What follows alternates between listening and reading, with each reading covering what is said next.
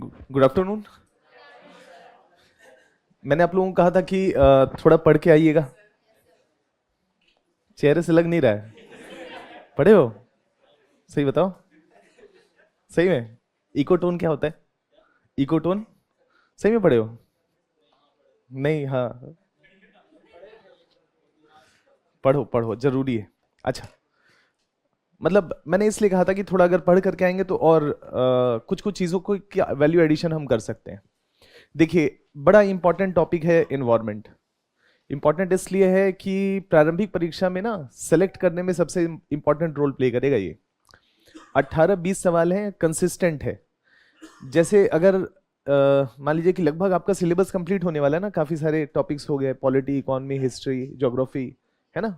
Economy का लगभग आधा, लेकिन जो कोर सब्जेक्ट हैं वो लगभग लगभग कंप्लीट होने की कगार पे होंगे, है ना।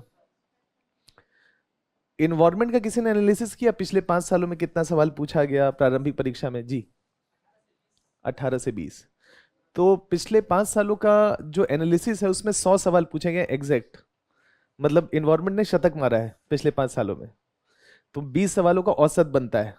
मतलब 5 ईयर्स का अगर हम एवरेज निकालते हैं तो 20 क्वेश्चंस का एक एवरेज निकल करके आता है हर साल का।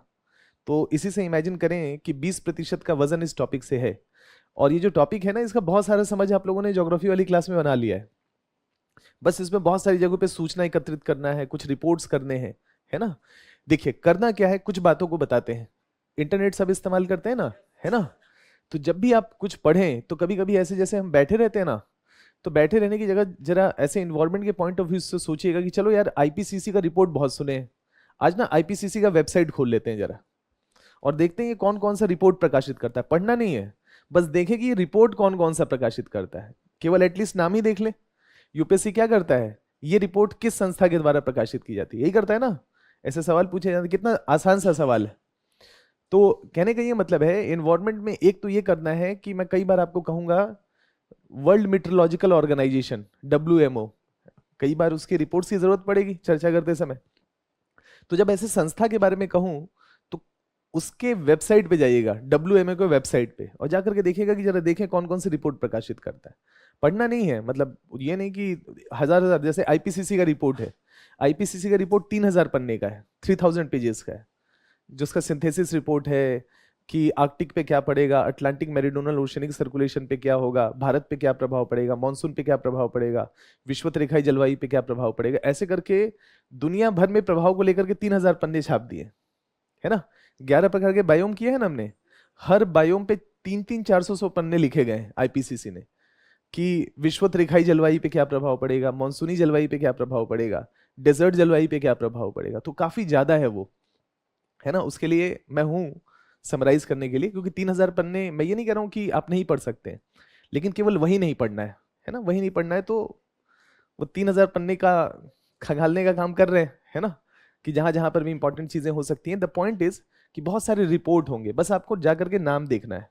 पिछले 5 सालों के जब सवाल देख रहा था तो मैंने देखा कि यार, कुछ रिपोर्ट पूछ लिया है, सिंपल सिंपल सा, ये रिपोर्ट किसके द्वारा, वो रिपोर्ट किसके द्वारा, कितना याद करेंगे। उसकी जगह इंटरेस्ट बनाए कि हफ्ते दिन 10 दिन में 15-20 मिनट के लिए स्क्रॉल करना शुरू करें, जो मन में आए। नाम सुने, United nation framework convention on climate change, जरूर उसका वेबसाइट होगा, उसके वेबसाइट पे चले जाएं, जाकर के देखें कि करता क्या है ना। WMO का नाम सुने, WMO के वेबसाइट पे चले गए। आईपीसीसी का नाम सुने हैं कि यार ये रिपोर्ट हमेशा ये इसकी बात होती रहती है, तो चलो आज उसके वेबसाइट पे चले जाते हैं। मॉन्ट्रियल प्रोटोकॉल का नाम सुने, चलो मॉन्ट्रियल प्रोटोकॉल के वेबसाइट पे चले जाते हैं, आज देखते हैं कि ये करता क्या है, कौन कौन से रिपोर्ट प्रकाशित करता है, क्या बातें कह रहा है। मतलब पढ़ना नहीं है, बस उसके रिपोर्ट्स देखने। क्लियर है, मतलब उत्सुकता जगाना है अंदर से। तो जो पर्यावरण का टॉपिक है उसमें लगभग जो औसतन, अगर हम प्रारंभिक परीक्षा के पॉइंट ऑफ व्यू से बात करें तो 100 सवाल है। मुख्य परीक्षा के पॉइंट ऑफ व्यू से पिछले 3 सालों का क्या औसत होगा, क्या लगता है? लगभग कितने सवाल हो? 3 क्वेश्चन। पिछले 3 सालों में 19 सवाल पूछे गए, 19 क्वेश्चंस।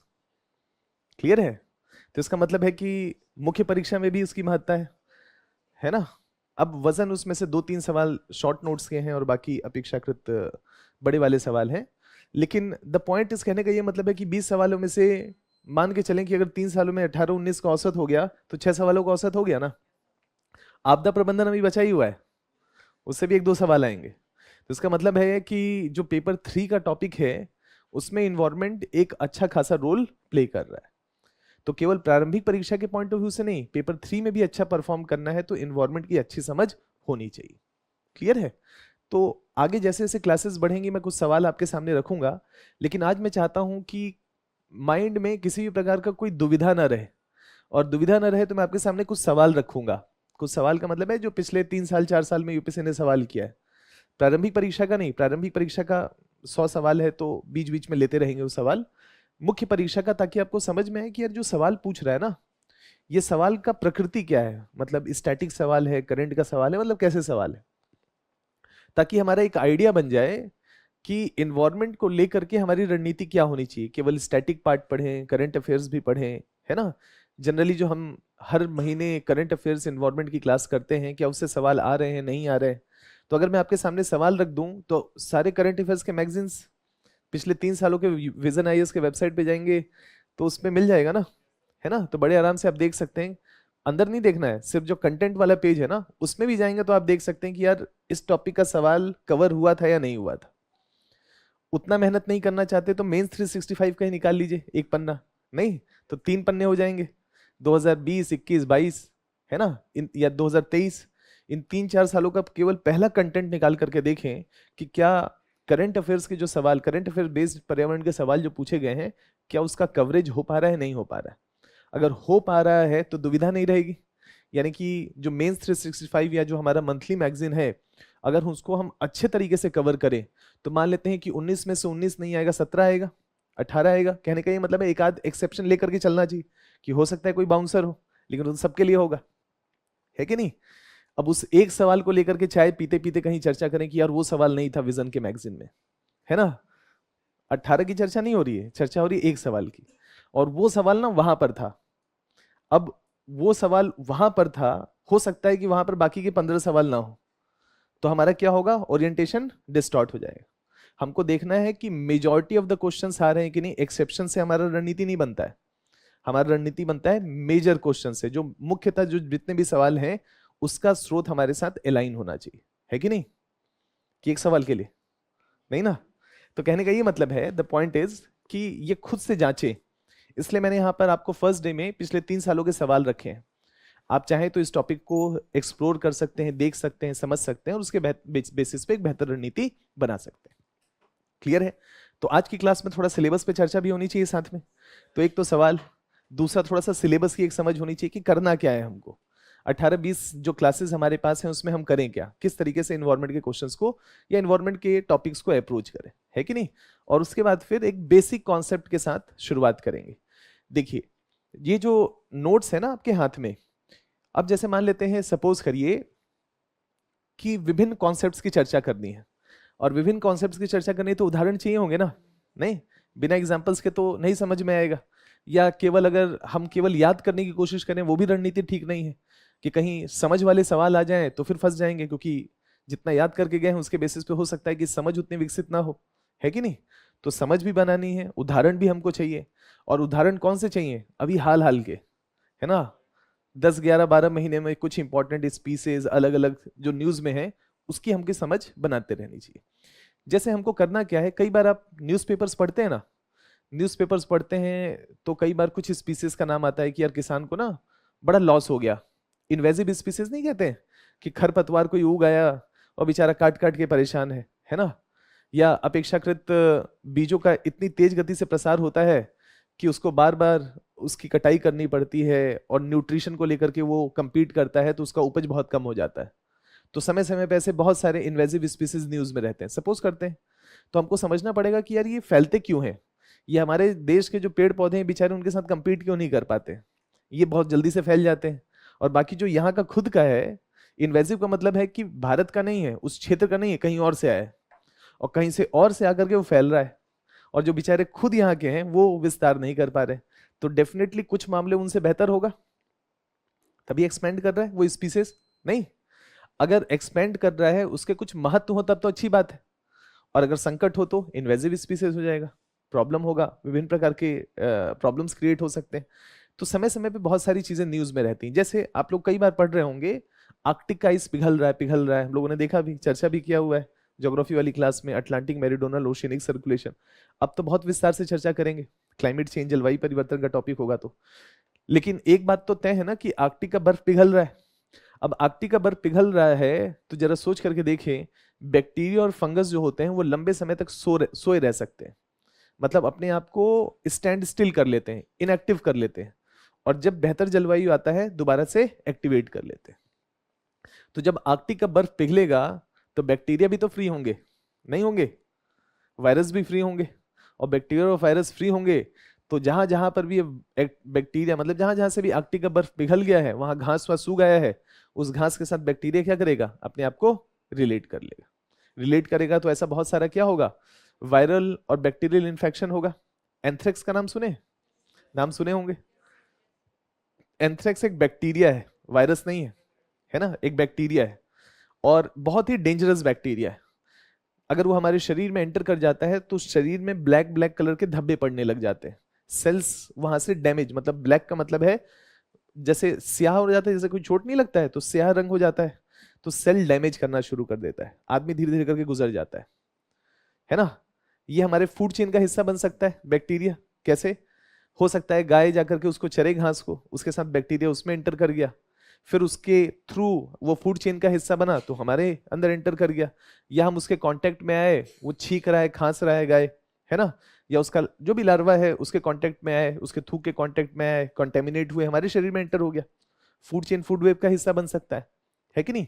तो इसका मतलब है कि बहुत सारे उदाहरण जो करंट के पॉइंट ऑफ व्यू से हैं उसको भी हमको विभिन्न कॉन्सेप्ट के साथ जोड़ जोड़ करके लेना पड़ेगा। तो मैं आपके साथ बहुत सारे एग्जांपल्स की चर्चा करूंगा, और वो जो कंटेम्पररी और रेलेवेंट हैं, क्योंकि बहुत सारे सवाल ऐसे हैं जो प्रारंभिक परीक्षा में पूछे गए हैं जो सूचना आधारित थे, यानी कि करंट में कोई पार्टिकुलर स्पीसीज न्यूज में था, अच्छे कारणों से बुरे कारणों से, है ना, उसको लेकर के यूपीएससी ने पूछ लिया, उसके कैरेक्टरिस्टिक्स के बारे में पूछ लिया, अच्छा है खराब है, क्या करता है, भूमिका क्या है, कहाँ रहता है ना, कहाँ से ग्रो किया, अलग अलग चीजों के बारे में, किस भौगोलिक क्षेत्र में निवास करता है, ऐसे बहुत सारे सवाल पूछता है। तो ऐसे में हमको स्पीसीज मालूम होने चाहिए, फंगस बैक्टीरिया से लेकर के वेल मछली तक। वेल पृथ्वी का सबसे बड़ा प्राणी, तो उसके बीच में जो भी एयर है, वाटर है, लैंड है ना, उसपे जो भी विभिन्न प्रकार की स्पीसीज पिछले 1-1.5 सालों में न्यूज में है, उसकी भी एक समझ अलग अलग एग्जांपल्स के माध्यम से होनी चाहिए। क्लियर है? तो इन सब चीजों को इंक्लूड करना है, इन सब चीजों की एक समझ बनाते हुए आगे बढ़ना है। शुरू में जो क्लासेस होंगी, शुरू में थोड़ा सा पेस स्लो रहेगा, ताकि जो कॉन्सेप्ट वाले टॉपिक है ना वो अच्छे हो जाए, क्योंकि उन कॉन्सेप्ट वाले शब्दावली का बार बार इस्तेमाल होगा फिर आगे, है कि नहीं? तो एक बार अगर कॉन्सेप्ट अच्छे से बन गया, उसके बाद तो फिर आसान है, पॉल्यूशन है, प्रदूषण है, वेस्ट मैनेजमेंट है, क्लाइमेट चेंज है, सब अप्लाइड टॉपिक है, बड़े आराम से उसको कर लेंगे।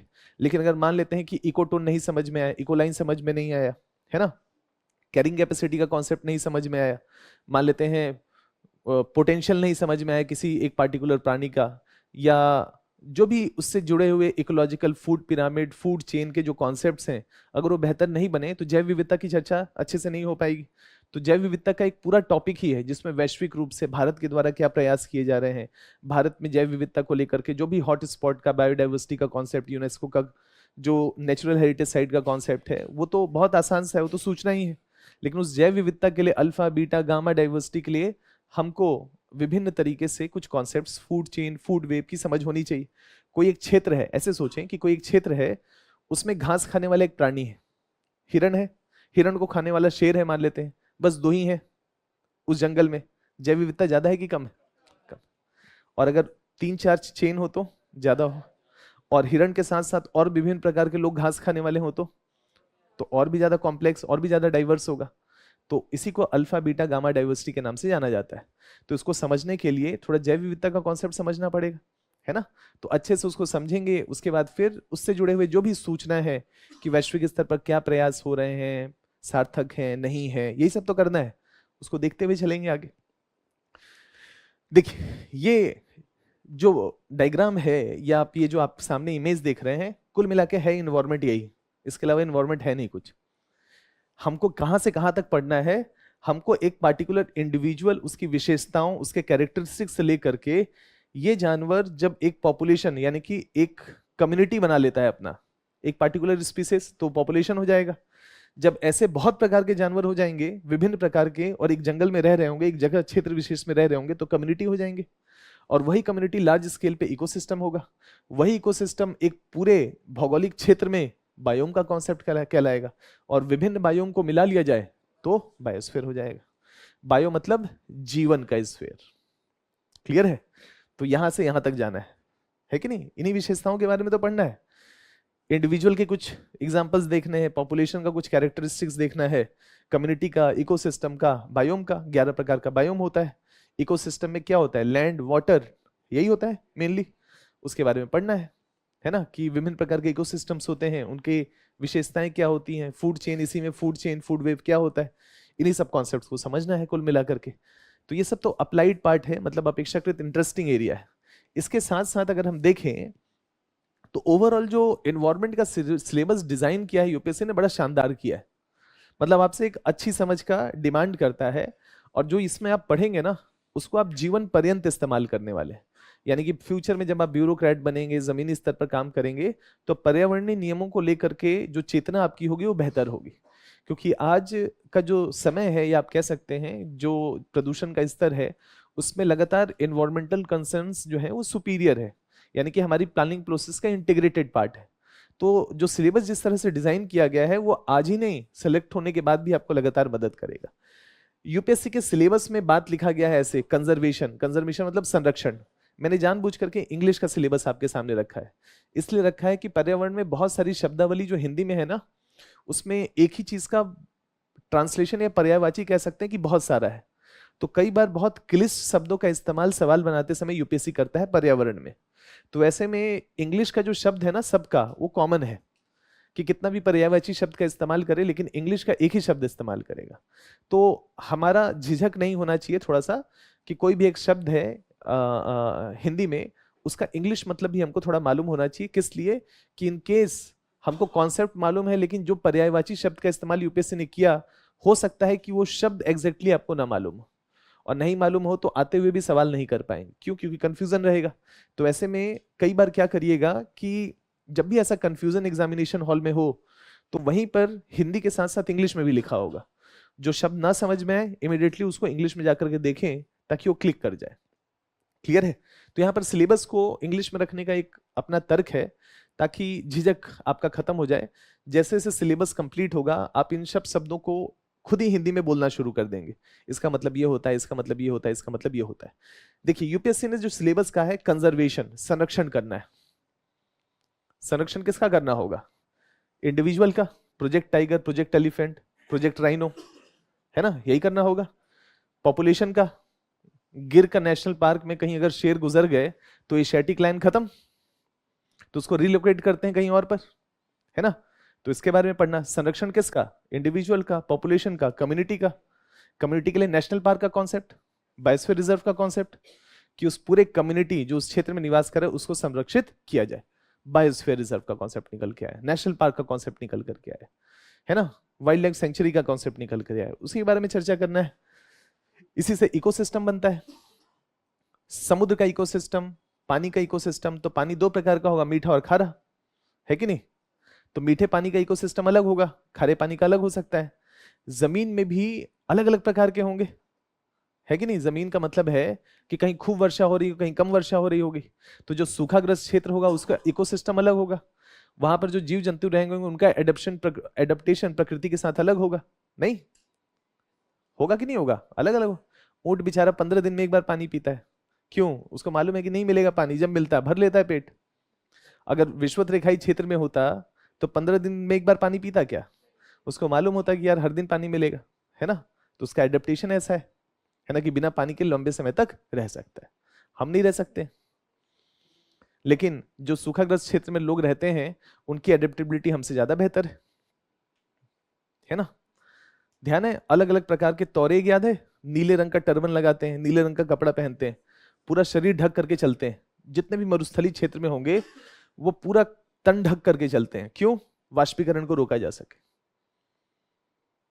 और हम जाएंगे तो हमको लगेगा यार बड़ा गर्मी वाला क्षेत्र है, वो इतना इतना वाला टी शर्ट पहन लेंगे, हाफ पैंट पहन लेंगे, और एवोपो ट्रांसपिरेशन होगा। हम तो यही सोचेंगे ना। नहीं, हम तो यही सोचेंगे। नहीं, तो ये एडेप्टेशन है, कल्चरल एडेप्टेशन है। हमको लग रहा है गर्मी तो हमने वो किया, लेकिन उनको मालूम है किस स्थिति से वाष्पीकरण या एवोपोट्रांसपिरेशन ज्यादा होगा। तो सरफेस एरिया को रिड्यूस करो तो ऊपर कपड़ा डाल लेते हैं, जितना ज्यादा तन ढक सकते हैं ढक लेते हैं। उससे भले ही थोड़ी सी गर्मी महसूस होगी, लेकिन ओवरऑल हम कह सकते हैं कि एवोपोट्रांसपिरेशन की दर अपेक्षाकृत कम हो जाए। तो एडेप्टेशन है अलग अलग प्रकार का। तो यहाँ पर यूपीएससी ने जो सवाल रखा या जो सिलेबस रखा, उस सिलेबस में जो पहला शब्द रखा वो था संरक्षण या कंजर्वेशन। बहुत इंपॉर्टेंट टॉपिक है, और क्लाइमेट चेंज के संदर्भ में तो सबसे इंपॉर्टेंट टॉपिक है संरक्षण। नहीं, बार बार पढ़ेंगे, हर जगह पढ़ेंगे, हर जगह हर चीज को चिंता है, क्या मानव हो क्या जानवर हो, हर लोगों को संरक्षण की जरूरत है। जो तटीय क्षेत्र में उनको अलग प्रकार के संरक्षण की जरूरत है ना, अलग प्रकार का इरोजन हो रहा है। चक्रवात मजबूत हो रहे हैं तो उनको भी उससे संरक्षण की जरूरत है। जो ब्रह्मपुत्र नदी की घाटी में उनको अलग प्रकार के संरक्षण की जरूरत है। जो राजस्थान के क्षेत्र में उनको अलग प्रकार के संरक्षण, जो पर्वतीय क्षेत्र में लैंडस्लाइड हो जाता है ना, अलग अलग प्रकार से संरक्षण। कहीं पर मृदा का संरक्षण करना है, कहीं पर पानी का संरक्षण करना है, कहीं पर जमीन जो है वो पानी में डूब रहा है तो वहां पर उसको बचाना है कि वो जमीन में या सी लेवल के नीचे ना चला जाए। नीदरलैंड्स उसमें बेहतरीन काम कर रहा है, चर्चा करेंगे। अलग अलग प्रकार से संरक्षण करना है। ऐसा कोई भी जलवायु कटिबंध नहीं है जहां पर संरक्षण की जरूरत नहीं पड़े। आर्कटिक का क्षेत्र तेज गति से पिघल रहा है, बेचारे भालू का क्या होगा? आर्कटिक तो महाद्वीप तो है नहीं ना, जिस दिन पानी पिघला बेचारा डूबेगा। या तो माइग्रेट करे कनाडा वनाडा की तरफ, ग्रीनलैंड का जगह खोज ले, और कहीं समुद्र के बीच में रह गया और इतना छोटा साइज रहा तो कुछ समय के बाद तो डूब जाएगा, तो बेचारा वो अलग परेशान है। नहीं, संरक्षण एक इंपॉर्टेंट कॉन्सेप्ट है, लगातार इसकी चर्चा करेंगे। इसी में पर्यावरणीय प्रदूषण है ना, इन्वायरमेंटल पॉल्यूशन, उसमें air pollution, land pollution, water pollution, ये महत्वपूर्ण टॉपिक्स हैं। इसकी चर्चा मतलब कुल मिलाकर के ये 3-4 शब्दों में ना यूपीएससी ने कहा कि भैया देखो ये इन्वायरमेंट है, अब देख लेना आप, है ना। इसको अगर हम डिकोड करेंगे तो एक जो बात निकल के आती है, जो यूपीएससी ने पिछले कुछ समय में सवाल पूछा, वो है बेसिक समझ। यार ये इकोलॉजी क्या है ना, इकोलॉजी का कॉन्सेप्ट क्या है। तो इसके कुछ कॉन्सेप्ट्स के बारे में विस्तार से समझना पड़ेगा। इसको समझने के लिए इकोसिस्टम का कॉन्सेप्ट समझना पड़ेगा, उसमें जो भी जैविक और अजैविक फैक्टर्स हैं उसको समझना पड़ेगा। कोई भी इकोसिस्टम स्थायी नहीं होता है, डायनामिक होता है। और डायनामिक कौन बनाता है? पवन, वर्षा, है ना, वहां का सॉइल, वहां का तापमान, वहां की सापेक्षिक आर्द्रता, ये क्या होंगे? एबायोटिक फैक्टर्स होंगे।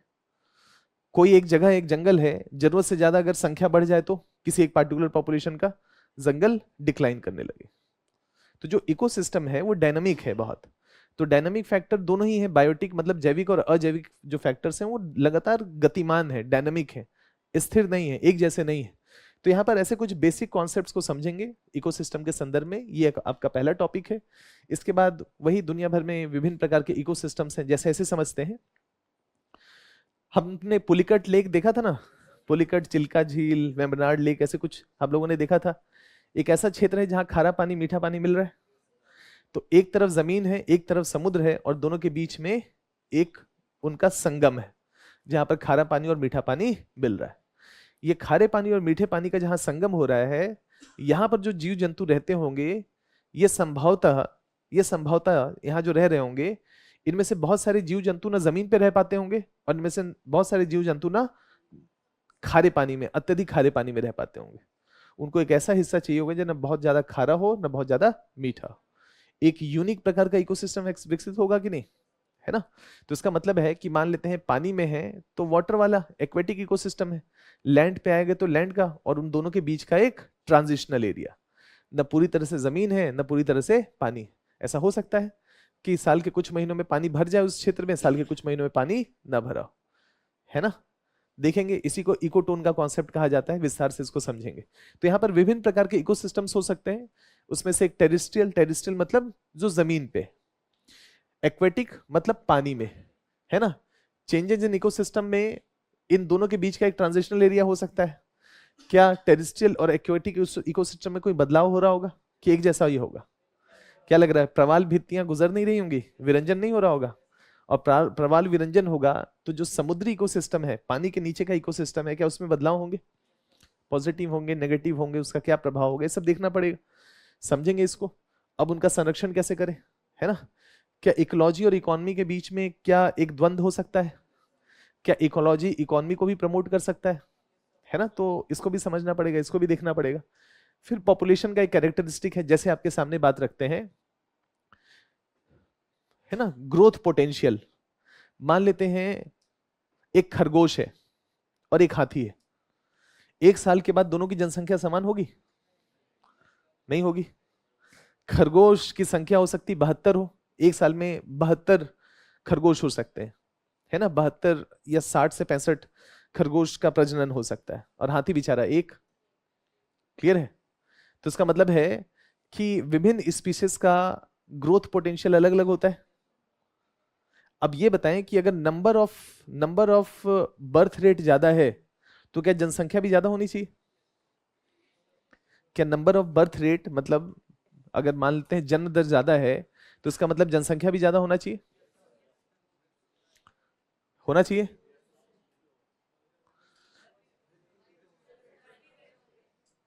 होना चाहिए। तो डॉग और आदमी, कुत्ता और इंसान का ही तुलना कर लीजिए, है ना? लॉजिकली सोच लीजिए, उसमें 6 से 8 बर्थ रेट्स हैं साल के, और इंसान का एक है ईयर में, तो 140 करोड़ कैसे पहुंच गए? और पूरी दुनिया के डॉग का भी जनसंख्या मिला लें तो भी 140 करोड़ नहीं होगा। इसका मतलब कुछ और कॉन्सेप्ट भी लगता होगा ना, ये कहना चाहते हैं। क्लियर है? मतलब प्रजनन दर से ही सब कुछ नहीं होता है, सर्वाइवल भी एक कॉन्सेप्ट हो सकता है, फूड सिक्योरिटी भी एक कॉन्सेप्ट हो सकता है। क्लियर है? इन सबको जोड़ करके देखना पड़ेगा कि किसी क्षेत्र विशेष में अगर जनसंख्या बढ़ रही है पर्टिकुलर स्पीसीज की, तो केवल और केवल उसके प्रजनन दर के कारण नहीं होगा, उसके साथ विभिन्न अन्य कॉन्सेप्ट्स की भी जरूरत पड़ेगी। क्लियर है? तो अगर कहीं पर कोई इकोसिस्टम है, वहां पर ग्रोथ रेट तेज है पार्टिकुलर स्पीसीज का, और दूसरी जगह पे पार्टिकुलर स्पीसीज का ग्रोथ रेट नहीं है, तो इसका मतलब है वहां पर बेहतर कंडीशंस होंगे। वो क्या क्या कंडीशंस हो सकते हैं उसको देखना पड़ेगा, समझना पड़ेगा, और इसी के बेसिस पर निर्णय लिया जाता है ना कि चीता को यहां इंट्रोड्यूस करते हैं, यहां इंट्रोड्यूस किया जाए, यहां इंट्रोड्यूस किया जाए, उसका सर्वाइवल की संभावना बेहतर होगी। तो क्या प्रजनन की बात नहीं है, केवल सर्वाइवल की भी बात है। और सर्वाइवल कैसे आएगा? वहां पर बीमारियां नहीं होनी चाहिए, वहां पर फूड सिक्योरिटी होना, मतलब खाने पीने की व्यवस्था होनी चाहिए, है ना? ये ग्रोथ पोटेंशियल को मजबूत करता है। तो देखेंगे पॉपुलेशन इकोलॉजी कि कैसे पॉपुलेशन कैरिंग कैपेसिटी का कॉन्सेप्ट क्या है, मैक्सिमम कितना पॉपुलेशन को एक पार्टिकुलर इकोसिस्टम सस्टेन कर सकता है, उसके क्राइटेरिया क्या होंगे, है ना? इस पे यूपीएससी आपसे कई बार सवाल पूछेगा। जब भी पॉपुलेशन ओवरशूट होगा तो बीमारियां बढ़ेंगी, खाद्य सुरक्षा बढ़ेगी, पॉपुलेशन डिक्लाइन करेगा। क्या किस किस तरीके से हो सकता है, उसके क्या क्या प्रभाव हो सकते हैं, इस पॉपुलेशन इकोलॉजी में समझना है। क्योंकि पॉपुलेशन, जनसंख्या, वही जैव विविधता का आधार है। तो उसको किस किस प्रकार के संकट हो सकते हैं, किस किस प्रकार की चुनौतियां हो सकती हैं, इसको भी समझना जरूरी है। इसके बाद ओवरऑल बायोम का कॉन्सेप्ट है। हमने 11 प्रकार के जलवायु प्रदेश किए थे, याद है ना? अब उसी जलवायु प्रदेश में कुछ स्पीसीज का नाम करना पड़ेगा, फ्लोरा और फौना, और उसकी विशेषताएं देखनी पड़ेंगी, है ना? बायोम का कॉन्सेप्ट तो हम लोग देखते थे ना, आर्द्रता क्या होगा, तापमान कहाँ होगा, किस अक्षांश में अवस्थित होगा, ये सब कॉन्सेप्ट हमने देखा है। अब उसमें कुछ सूचना ऐड कर लेंगे कि क्या हो रहा है इस क्षेत्र में, क्या चुनौतियां हो रही हैं, कौन कौन से स्पीसीज पाए जाते हैं, क्या कुछ स्पीसीज उसमें से न्यूज में है, चाहे फ्लोरा हो मतलब पेड़ पौधे हो, चाहे कुछ जीव जंतु हो, है ना?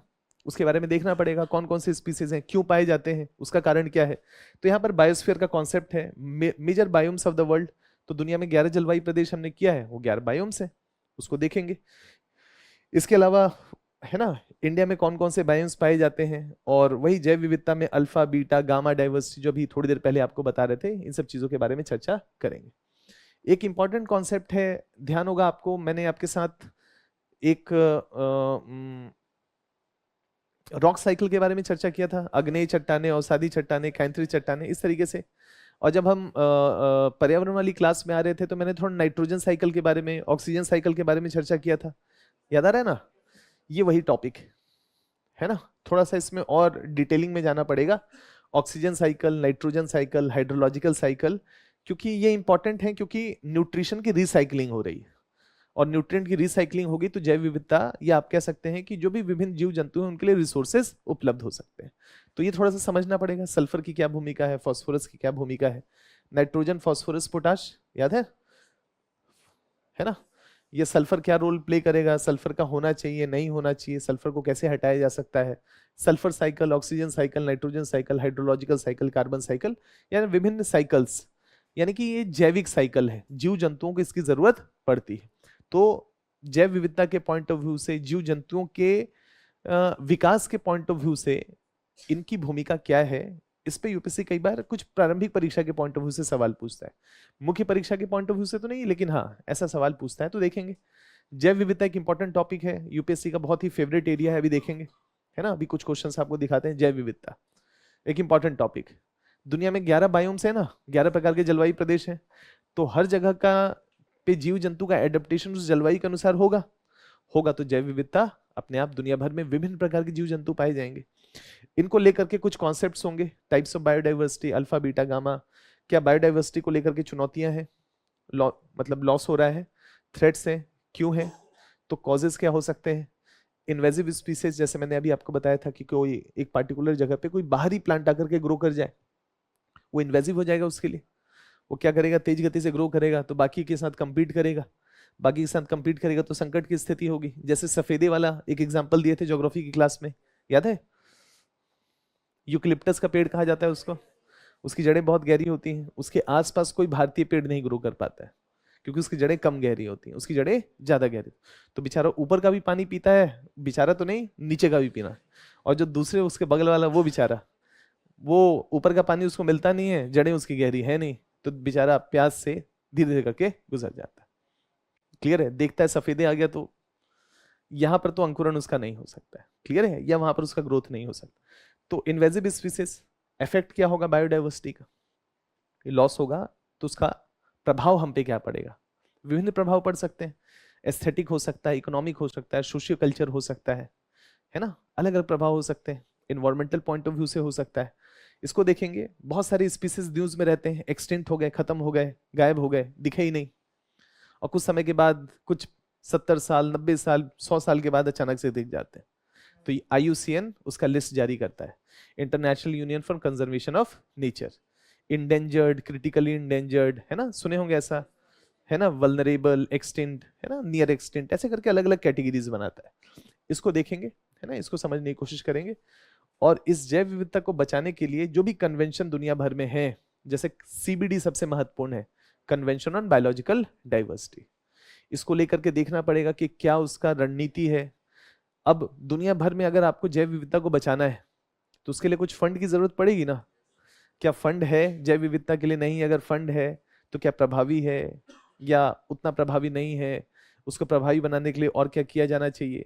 जो क्लाइमेट चेंज को लेकर के चर्चाएं चल रही हैं, COP28, COP29, मतलब अभी तो COP28 हुआ है, नेक्स्ट COP29 होगा, तो क्या उसमें जैव विविधता को लेकर के भी क्या उसमें चर्चाएं होती हैं, क्या उसको इंक्लूड किया जाता है उसके फंडिंग मैकेनिज्म पे, क्योंकि जैव विविधता का लॉस एंड डैमेज का फंड होना चाहिए, है ना। जैव विविधता अगर गुजर जाता है, लॉस हो जाता है, तो इसका मतलब है कि उसके लिए एक अलग से फंड बनाया जाना चाहिए जिसको लॉस एंड डैमेज फंड कहा गया, अभी क्रिएट किया गया है ना। क्या उस फंड का इस्तेमाल जैव विविधता को साधने के लिए किया जाएगा, नहीं किया जाएगा, ऐसे कुछ सवाल होंगे। और फंडिंग मैकेनिज्म अच्छा होना चाहिए क्योंकि दुनिया भर में ऐसे संकट की स्थिति उत्पन्न होगी। अमेजन रेन फॉरेस्ट में बताए थे ना, 75,000 बार आग लग रही है, 75,000 टाइम्स आग लग रहा है, तो इसका मतलब क्या होगा, जैव विविधता का ह्रास होगा। आग ना लगे या आग को प्रभावी रूप से कंट्रोल किया जाए, उसके लिए कुछ निवेश करना पड़ेगा ना, है ना, तो उसके लिए कुछ कार्य करना पड़ेगा, कहां से आएगा फंड, तो इसमें ही देखेंगे, इसी में उसके बारे में चर्चा करेंगे कि संरक्षण को लेकर के रणनीतियां क्या है, और रणनीतियों में सब कुछ राजनीतिक रूप से क्या कर रहे हैं, वैश्विक स्तर पर क्या कर रहे हैं, राज्य के स्तर पर, मतलब हर देश जैसे भारत क्या कर रहा है, फंडिंग मैकेनिज्म को लेकर के हम भारत क्या कर रहे हैं, वैश्विक स्तर पर क्या फंडिंग मैकेनिज्म है, प्रभावी है, निष्प्रभावी है, और क्या किया जाए, इस पे एक चर्चा होनी चाहिए। और ये एक एरिया है जिस पे यूपीएससी सवाल पूछेगा प्रदूषण पे, है ना। जैसे गंगा का पोल्यूशन एक इंपॉर्टेंट टॉपिक है ना, वाटर के पॉइंट ऑफ व्यू से देखा जाए, पानी के पॉइंट ऑफ व्यू से देखा जाए, तो गवर्नमेंट ऑफ इंडिया का काफी ज्यादा फोकस है नमामि गंगे पे या national mission for clean Ganga पे, है ना। और गवर्नमेंट ऑफ इंडिया ने कमिटमेंट किया था कि 2022 तक, मतलब हम बहुत हद तक उसके प्रॉब्लम को सॉल्व कर लेंगे, लेकिन अभी उसका 40% प्रॉब्लम भी सॉल्व नहीं हुआ है, 40% क्या, 25-30% भी नहीं सॉल्व हुआ है, 20% ही सॉल्व हो पाया है। तो इसका मतलब है कि अभी काफी एफर्ट लगाने की जरूरत पड़ेगी। तो यूपीएससी आपसे कई बार प्रदूषण वाले सवाल पूछेगा, और मैंने पानी का टॉपिक आपके साथ चर्चा नहीं किया है, तो पानी का टॉपिक विस्तार से देखेंगे, और उसके साथ साथ जो भी पानी का प्रदूषण का टॉपिक है उस टॉपिक को देखेंगे। इसके साथ साथ लैंड डिग्रेडेशन भी एक इंपॉर्टेंट टॉपिक है ना, भूमि का डिग्रेड होना। उसके लिए हमने मरुस्थलीकरण की प्रक्रिया देखी है, लेकिन और बहुत सारे प्रॉब्लम्स हमको देखने हैं। सॉइल इरोजन का प्रॉब्लम हम लोगों ने देख लिया है, डिजर्टिफिकेशन वाला देख लिया है ये प्रॉब्लम, लेकिन इस, है ना, ये सब याद है, मृदा अपरदन वाला प्रॉब्लम, डिजर्टिफिकेशन वाला, मृदा संरक्षण वाला, है ना, एक्सेस इरिगेशन, लवणीकरण, क्या मतलब, ये सब चीजें हम लोगों ने देखा है। लेकिन इसके साथ साथ इलेक्ट्रॉनिक्स वेस्ट भी एक मेजर प्रॉब्लम है, तो उसको भी समझना पड़ेगा, वो भी लैंड डिग्रेडेशन का एक कारण होगा, है ना। इसके साथ ही साथ ओवर ग्रेजिंग, ओवर ग्रेजिंग का मतलब है अत्यधिक चराई, ये भी क्या होगा, लैंड डिग्रेडेशन का एक कारक होगा। इसके बारे में चर्चा आपसे नहीं हुई है, इसके बारे में हमारी रणनीति होनी चाहिए, क्या करें, क्यों हो रहा है ओवर ग्रेजिंग, है ना, उसको साधने के क्या उपाय हो सकते हैं, इसको समझना पड़ेगा, देखना पड़ेगा। वायु प्रदूषण तो एक एवरग्रीन टॉपिक है ना, तो इस पे चर्चा करेंगे, देखेंगे इस पे। मैरीन पॉल्यूशन पे एक टॉपिक पे आपसे चर्चा किए थे, प्लास्टिक पॉल्यूशन पे, लेकिन बार बार वहां पर बोले थे कोस्टल रेगुलेशन जोन और इन सब चीजों पे विस्तार से चर्चा करेंगे, याद आ रहा है। अब उसका समय आ गया है, तो मैरीन प्रदूषण में ओवरऑल केवल प्लास्टिक पॉल्यूशन नहीं, प्लास्टिक एक मेजर प्रदूषक है, लेकिन और क्या क्या समुद्र में प्रदूषक हैं, और उसको लेकर के हम क्या कर रहे हैं। तो हमारे पास सीआरजेड का एक कानून है ना, एक रेगुलेशन है, उसको समझेंगे, उसमें अच्छी बातें क्या हैं, उसकी सीमाएं क्या हैं, और क्या किया जाना चाहिए। ऐसे ही माइनिंग है, माइनिंग एंड पॉल्यूशन। तो माइनिंग में, जैसे माइनिंग के बारे में मैंने आपसे चर्चा जरूर किया, अगर ध्यान होगा, कोयले वोयले के बारे में चर्चा किया, माइनिंग के बारे में चर्चा किया, सरकार की नीतियों के बारे में भी आपसे चर्चा किया, है ना, जो भी कोल को लेकर के और अलग अलग आवंटन की नीतियां थी वो सब हम लोगों ने देखा। लेकिन पर्यावरणीय दृष्टिकोण से हमने बहुत ज्यादा चर्चा नहीं किया। जैसे सपोज करते हैं, कोयले को अगर जलाया जाए, है ना, तो कोयले से प्रदूषक कम से कम कैसे रिलीज हो, मतलब बहुत बहुत से प्रदूषक को हम कैसे रोक सकें, इसको लेकर के सरकार प्रभावी रूप से काम कर रहा है। मैंने कुछ कोल वॉशिंग टेक्निक और इन सब बात पे बात किया था, लेकिन थोड़ा और विस्तार से चर्चा करना पड़ेगा कि जो भी स्क्रबर्स का नीति है, स्क्रबर्स को लेकर के जो सरकार ने भी नीतियां बनाई थी, उसको लेकर के अभी समय सीमा बढ़ाया है, उसको भी समझना जरूरी होगा। तो इसको देखेंगे, पॉल्यूशन को लेकर के खास करके। जैसे गवर्नमेंट ऑफ इंडिया ने कहा कि कोयले को बैन नहीं कर सकते, इस बार भी COP 28 में भारत के ऊपर दबाव था, भारत क्या लिया पोजीशन, कोयले के बारे में चर्चा नहीं करेंगे, मतलब कोयले के बारे में भारत ने कोई कमिटमेंट नहीं किया। देखेंगे, इसको समझेंगे। इसके अलावा नॉइस पोल्यूशन बड़ा टॉपिक तो नहीं है ना। रेडियो एक्टिव पॉल्यूशन एक टॉपिक निकल सकता है, रीजन ये कि जापान में जो भी अर्थक्वेक आया उससे रेडियो एक्टिव लीकेज की संभावना मतलब उस क्षेत्र में बढ़ी। तो ऐसी स्थिति में थोड़ा सा रेडियो एक्टिव पॉल्यूशन करंट के पॉइंट ऑफ व्यू से इंपॉर्टेंट हो गया, तो इस टॉपिक को देखेंगे, है ना, इसके बारे में समझने की कोशिश करेंगे। और पानी के बारे में जैसे मैंने नमामि गंगे और इसके माध्यम से बताया, तो वाटर डिग्रेड हो रहा है, और इसमें दोनों ही प्रकार के पानी होंगे, एक सतही जल और एक भूमिगत जल। उन दोनों का कारण क्या है, उसका प्रभाव क्या है, इसको दूर करने की रणनीतियां क्या हो सकती हैं, इसकी एक समझ हमारी होनी चाहिए। तो ये जो पॉल्यूशन एक ऐसा टॉपिक है, जनरली यूपीएससी इस पे सवाल पूछता है, अलग अलग तरीके से इस पे सवाल पूछे जाते हैं। एक ये इमर्जिंग टॉपिक, इंपॉर्टेंट टॉपिक है, क्या है, वेस्ट मैनेजमेंट। इसी को सर्कुलर इकोनॉमी कहा गया ना, चक्रीय अर्थव्यवस्था, जो आप लोग बार बार इकोनॉमिक्स में पढ़ रहे होंगे, सर्कुलर इकोनॉमी। तो वेस्ट मैनेजमेंट का क्या पर्पज है, एक पंथ दो काज है, एक ओवरऑल प्रदूषण को कम किया जाए और दूसरा सर्कुलर इकोनॉमी को प्रमोट किया जाए। तो ऐसी स्थिति में देखेंगे सॉलिड वेस्ट मैनेजमेंट को लेकर के हमारे देश में क्या है। जैसे जो भी हम एक शहर में रह रहे हैं, इस शहर में जो भी सॉलिड ठोस अवशिष्ट जनरेट हो रहा है, इसका मैनेजमेंट कैसे किया जाए, है ना, इसको लेकर के हमारी क्या रणनीतियां हैं, तो इसको देखेंगे, समझेंगे।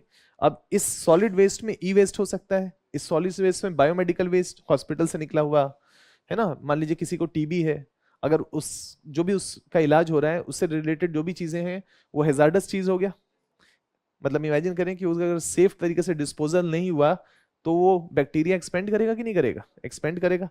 तो ऐसे में बायोमेडिकल वेस्ट का मैनेजमेंट कैसे किया जाए, उसको लेकर हमारे पास कुछ नीतियां हैं, तो 2016 का एक नीति है ना। इसके अलावा जो भी अन्य हैजार्डस वेस्ट हैं, जैसे मान लेते हैं लोहा ही है ना, मान लेते हैं किसी फैक्ट्री से निकला, और किसी फैक्ट्री से निकला और जिस फैक्ट्री में उसका इस्तेमाल हो रहा था उसमें विभिन्न प्रकार के हैवी मेटल्स का इस्तेमाल हो रहा था, लीड का इस्तेमाल हो रहा था, मरकरी का इस्तेमाल हो रहा था कुछ प्रोडक्ट बनाने के लिए।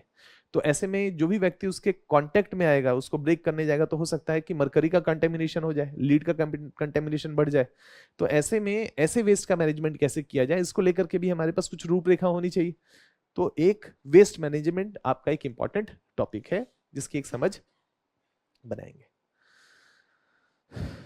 किसी ने अपना मुख्य परीक्षा वाला जो पेपर है विजन का देना शुरू किया? किसी ने नहीं?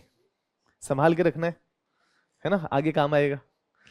भूगोल का टॉपिक तो कंप्लीट हो गया ना, ज्योग्राफी। हाँ कोई भी टेस्ट नहीं दिया अभी तक?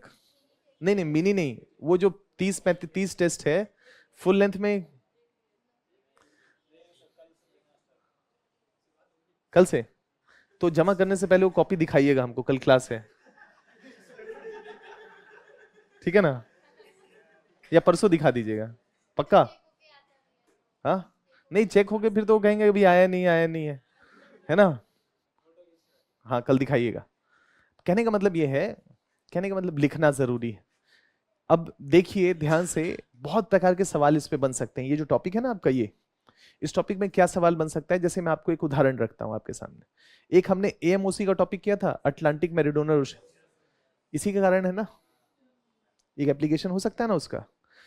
आर्कटिक सागर अगर पिघलता है तो अटलांटिक मेरीडोनल ओशियनिक सर्कुलेशन छोड़ें, ऐसे सोचें कि ओवरऑल उस पूरे क्षेत्र पे क्या प्रभाव और वैश्विक प्रभाव क्या होगा आर्कटिक के पिघलने मात्र से, है ना? अटलांटिक मेरीडोनल ओशियनिक सर्कुलेशन तो महासागरीय धाराओं का एक कॉन्सेप्ट हो गया ना, वो कैसे प्रभावित करेगा, उसके माध्यम से भी आप आंसर लिख सकते हैं।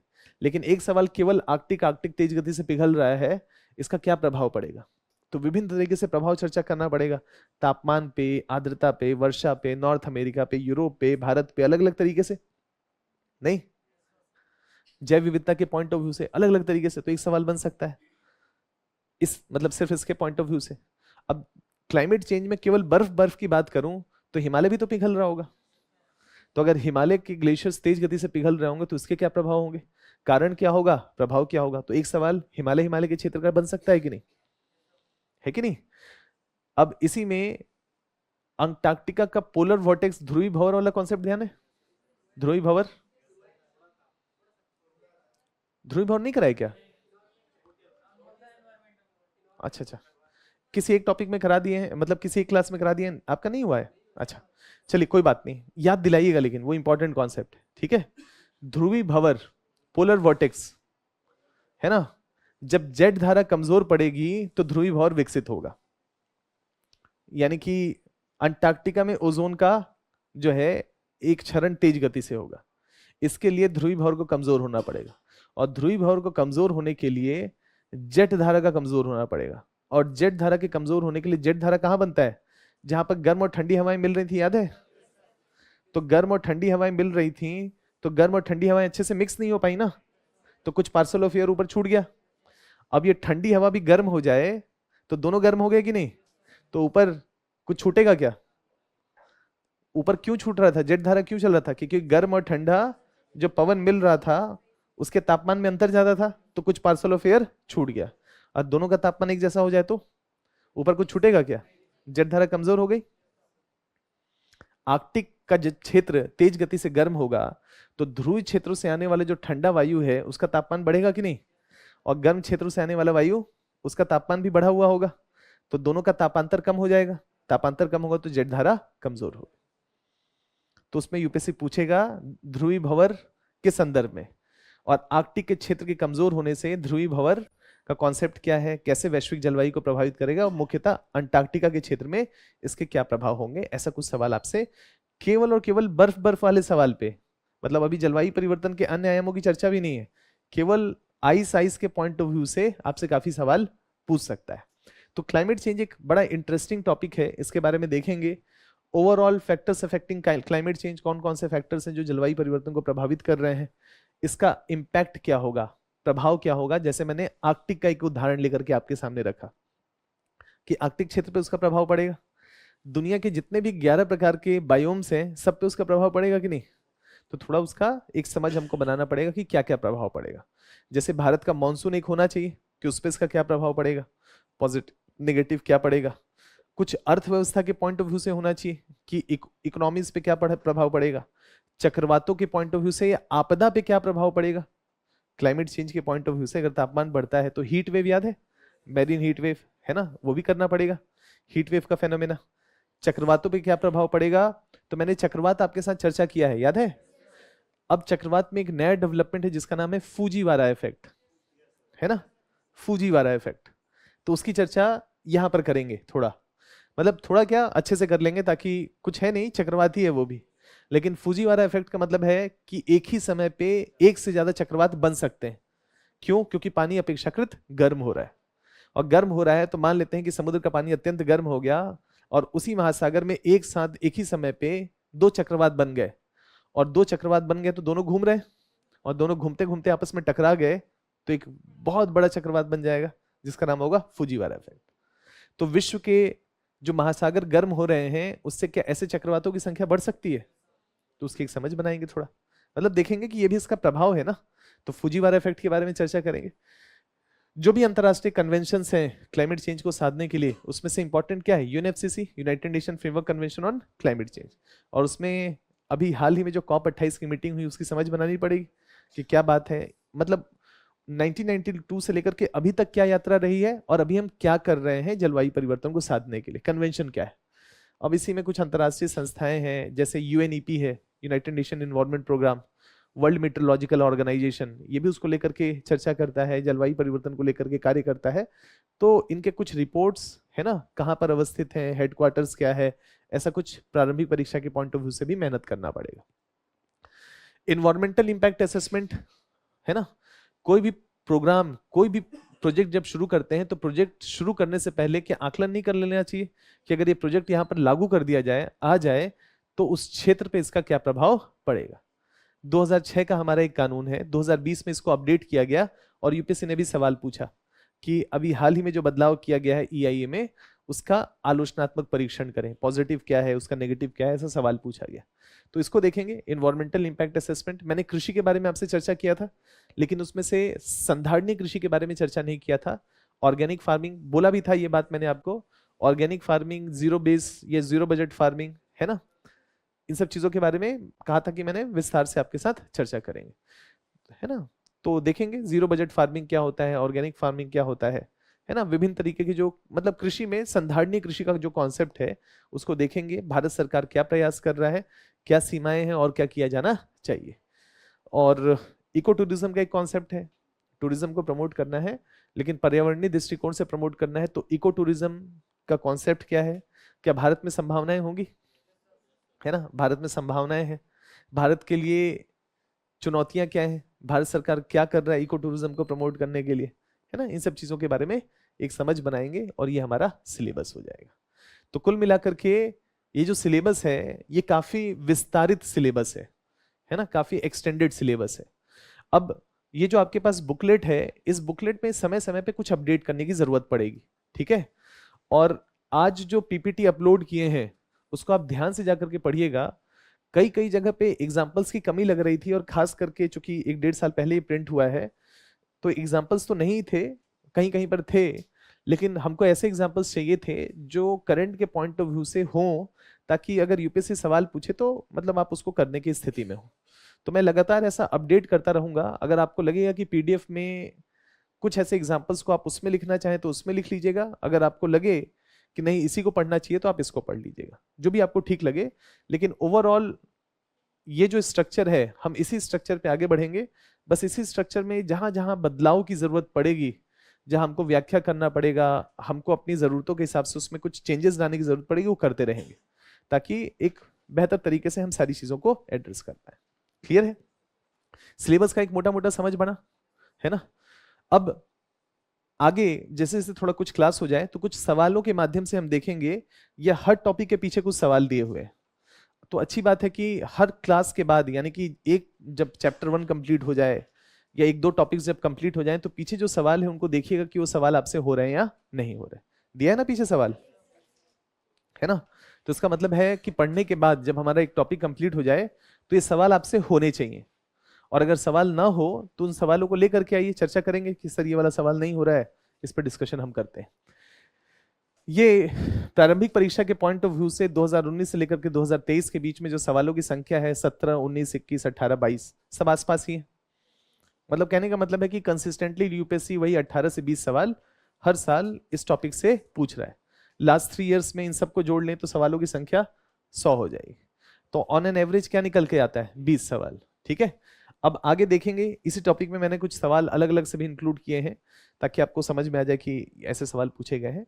तो इस पे ज्यादा चर्चा नहीं कर रहे हैं, ये क्लास के साथ जैसे जैसे आगे बढ़ेंगे इसकी समझ हमारी बढ़ती चली जाएगी। यहाँ पर कुछ सवाल मुख्य परीक्षा के पॉइंट ऑफ व्यू से है।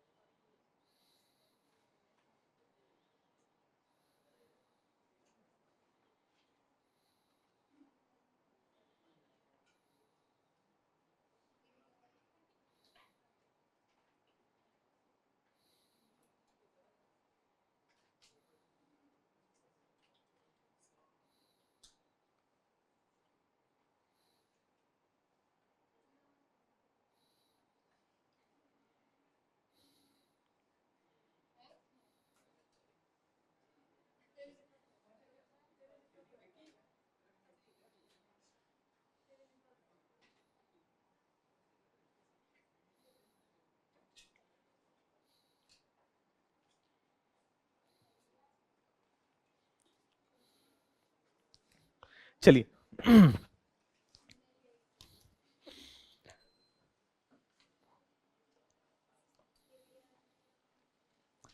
मुख्य परीक्षा में पिछले 3 सालों में 19 सवाल पूछे गए। मतलब एग्जैक्ट अगर नंबर्स कहें तो 19 सवाल पूछे गए।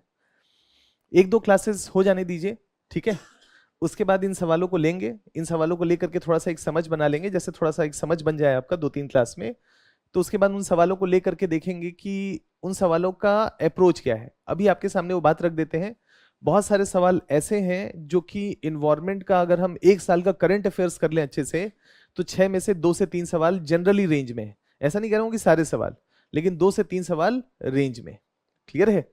लेकिन वो 2-3 सवाल ऐसे भी हैं कि अगर हमारा फंडामेंटल अच्छा हो ना, तो भी हम उसके बारे में लिख सकते हैं। जैसे क्लाइमेट चेंज वाला टॉपिक एवरग्रीन है। एवरग्रीन का मतलब है कि 2020 से लेकर के 2022 के बीच में आईपीसीसी को जो बोलना था क्लाइमेट चेंज में, उसने बोल दिया। अब 6-7 साल के बाद जो उसको बोलना होगा वो बोलेगा। क्लियर है?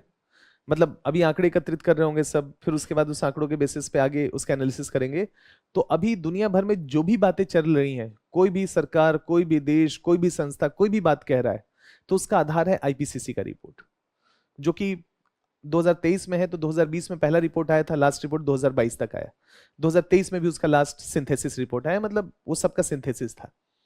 तो कुल मिलाकर जो बात आईपीसीसी को कहना था उसने कह दिया क्लाइमेट चेंज को। तो अगर हम उस रिपोर्ट की कुछ मूल बातों को तैयार कर लें अच्छे से, तो क्लाइमेट चेंज से रिलेटेड कुछ भी सवाल हो, करंट का आपका टॉपिक वही होगा। कुछ भी न्यूज़पेपर में, मैगजीन में कुछ भी बातें चल रही हो, लेकिन कुल मिलाकर के बात चल रहा होगा आईपीसीसी का। क्लियर है? तो देखेंगे, चर्चा करेंगे विस्तार से।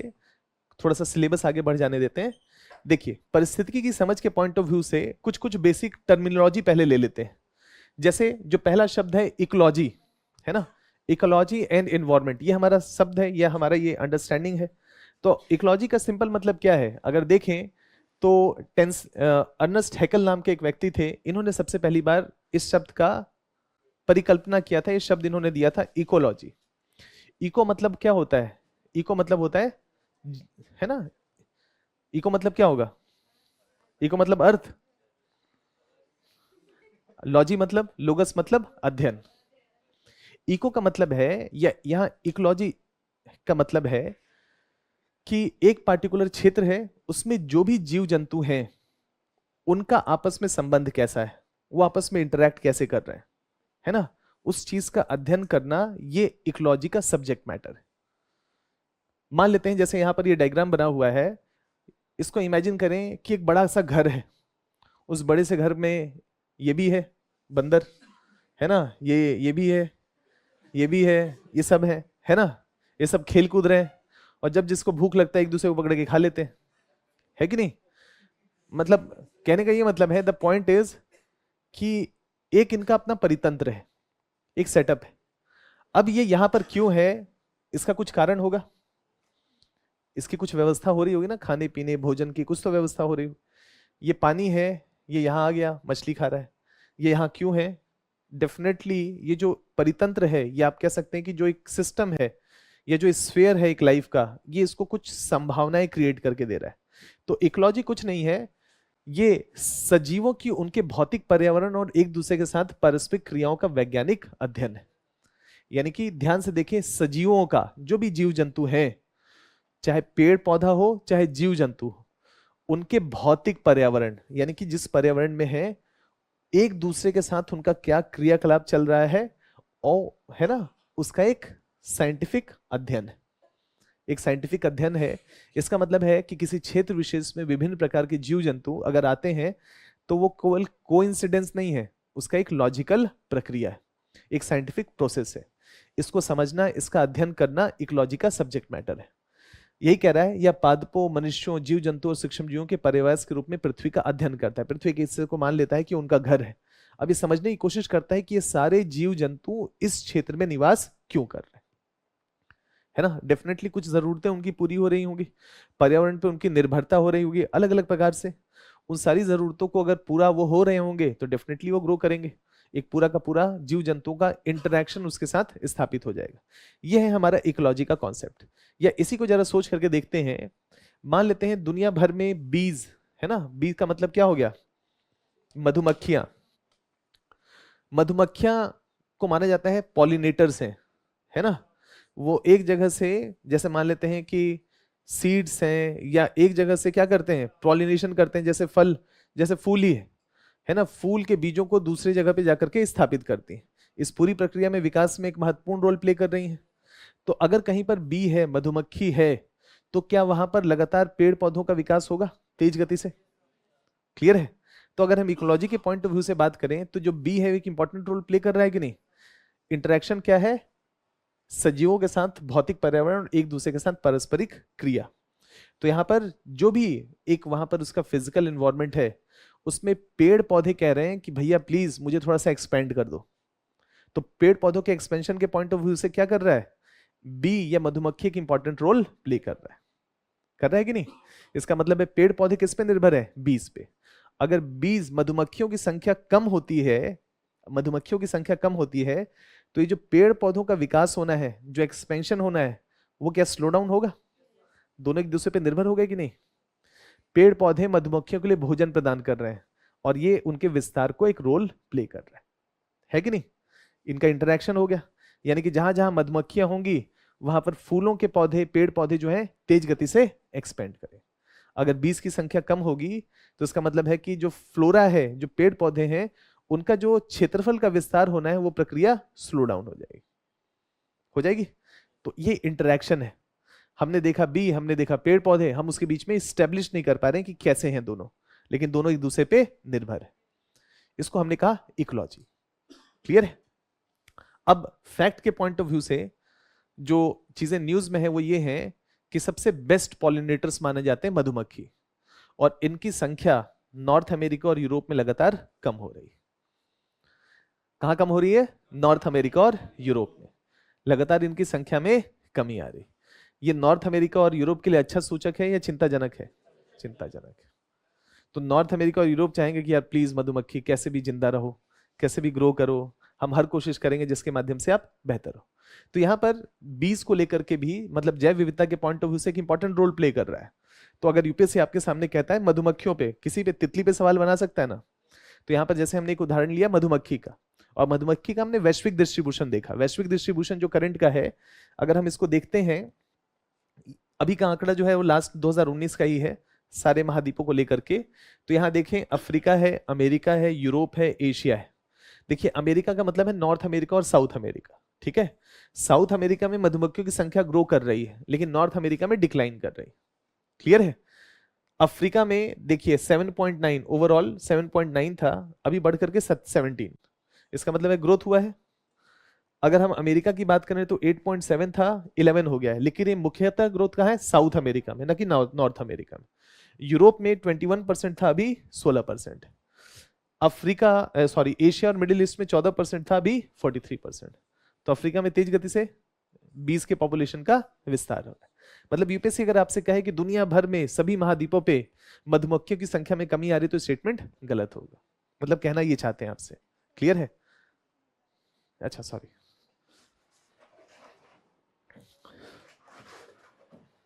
क्लियर है? तो मधु अब देखिए, अब यही सब करना पड़ेगा। मधुमक्खी, तितली, है ना, पर्यावरण में अलग अलग तरीके से। तो विभिन्न प्रकार के जीव जंतुओं की समझ हमारी रखनी पड़ेगी।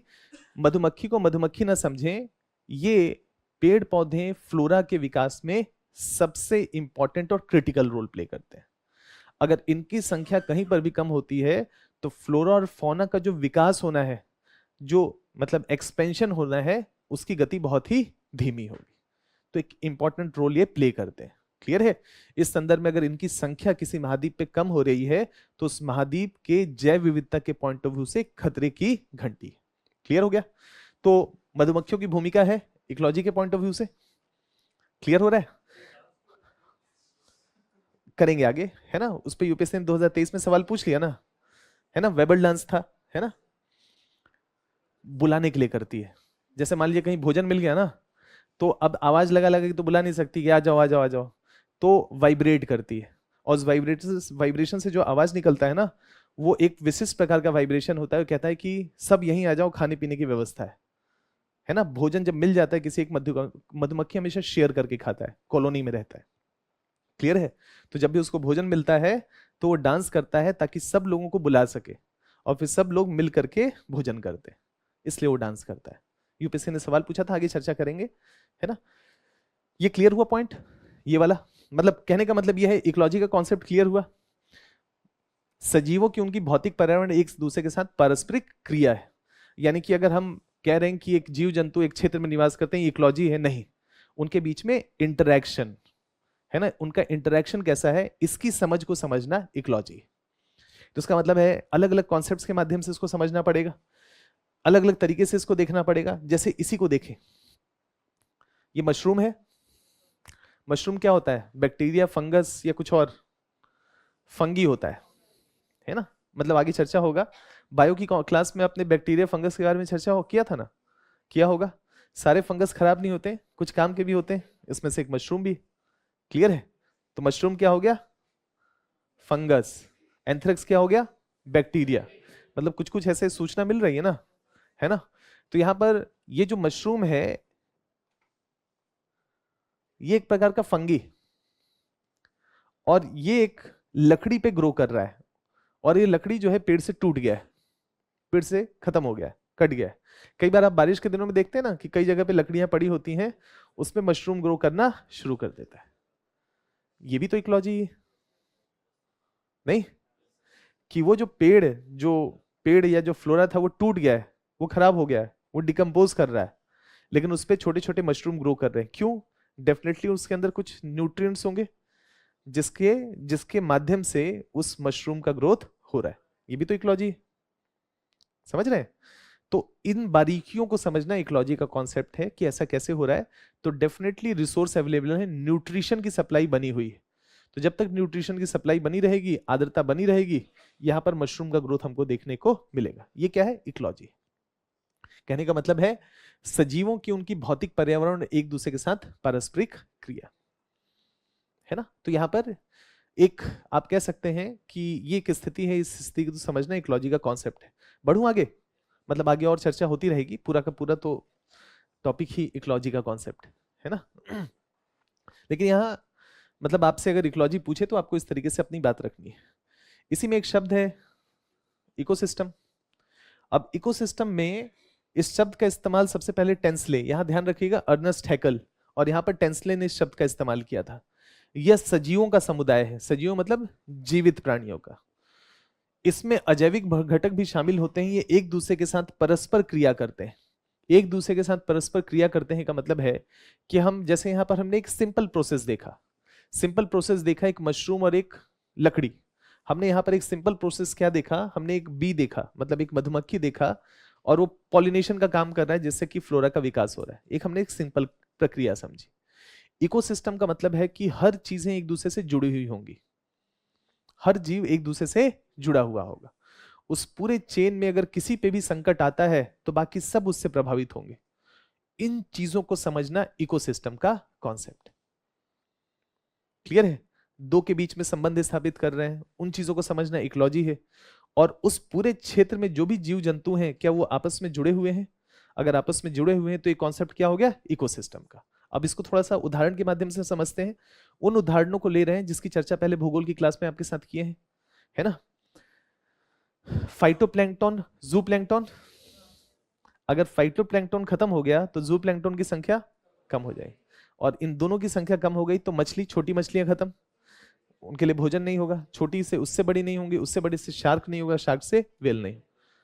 इकोसिस्टम था समुद्र का जिसमें सब चीजें यानी कि फाइटोप्लैंक्टन वेल से जुड़ा हुआ था।